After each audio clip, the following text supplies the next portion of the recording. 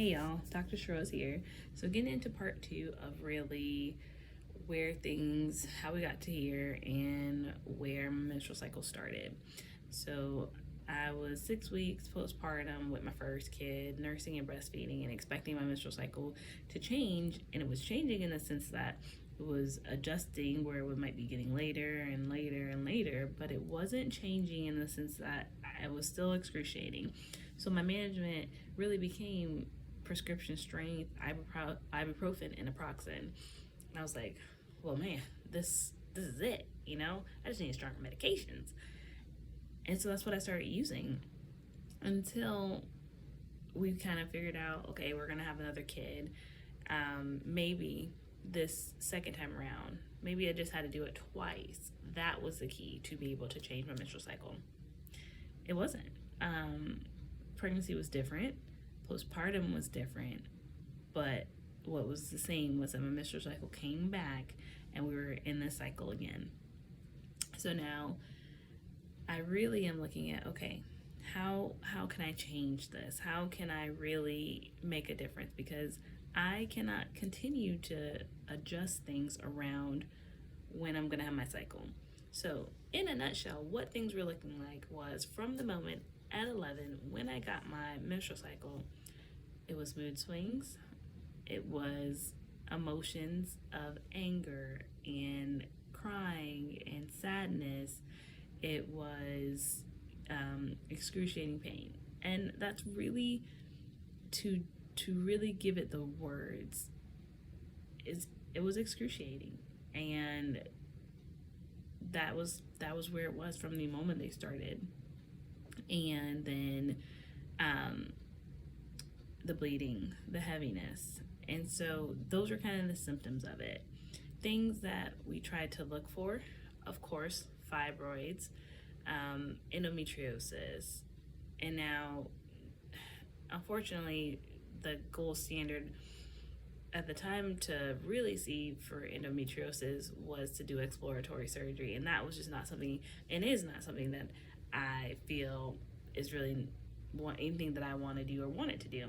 So really the best way now that I'm looking at and things that I've researched and have helped other people go through has been, how can we naturally use physiological things that we know to help with these menstrual cycles? Things that it's going to be different for each person, but there are some things that we know are ways to help with menstrual cycles.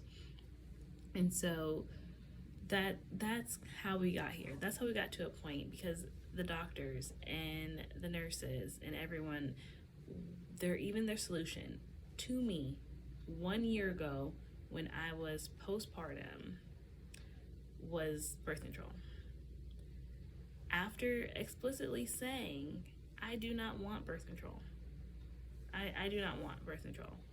After I finally got to a point of like, I need help, because now I'm dealing with these postpartum things, and I can't deal with the switches and the shifts and everything. And the solution was birth control. And I said, I don't want birth control. And that was their go-to. So I realized, okay, maybe I need to check outside of the medical system, right? Maybe I need to go to some of the people that I know. Some people I know, some people I've heard of, some of the people that my patients have told me about. That's where we need to go. And so that's where it all came from. That's where it's all started. And that's where we're going to go through. And I will tell you, I am just already personally amazed at the amount of changes that I have noticed with to me, what seems like very little effort in things. Because ultimately, I had a lot that I had to get through in order to get to the place where I was okay with doing something different. The emotional component to it. Being told for years and years and years that maybe what I was feeling and the pain that I was having might not really be as bad. I must be exaggerating it. From any standpoint, as a kid, that was just damaging. As an adult is even more. Like, how can you tell me what I'm feeling is not true?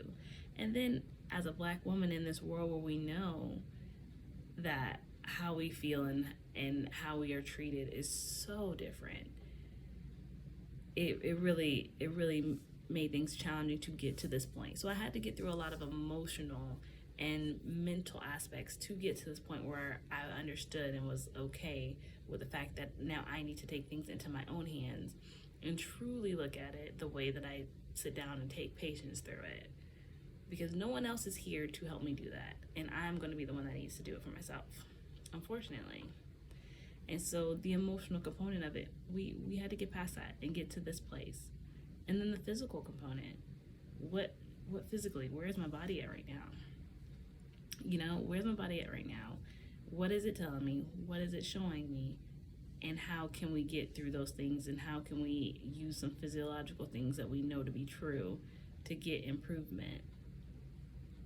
So those are the two things that we're working on currently to really be able to undo decades now of pain that my body is so used to, pain that my mind has just kind of really gotten used to as well. So how can we now change these things and really get to a place where my menstrual cycles they're not a thing, they're not a task, they're not a something I have to plan around, in the sense that I have to plan my whole life around it, right? Maybe, okay, if I have to plan what I'm gonna wear, okay, I can deal with that, like, all right, but not what I'm going to do, not the activities I'm going to do with my family, not the things that I want to have fun with. I don't want to plan around that. I shouldn't have to. And so looking forward, we had to look back, and I know some of it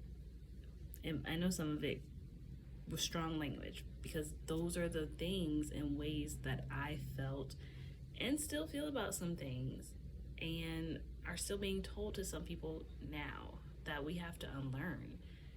And I just know that hopefully you got some good information and you feel heard. And I want to know your stories. I want to know what are the things and symptoms that you feel from your menstrual cycle, so that we can undo some of it. We can process some of it. We can find solutions for things. That's where we're at now.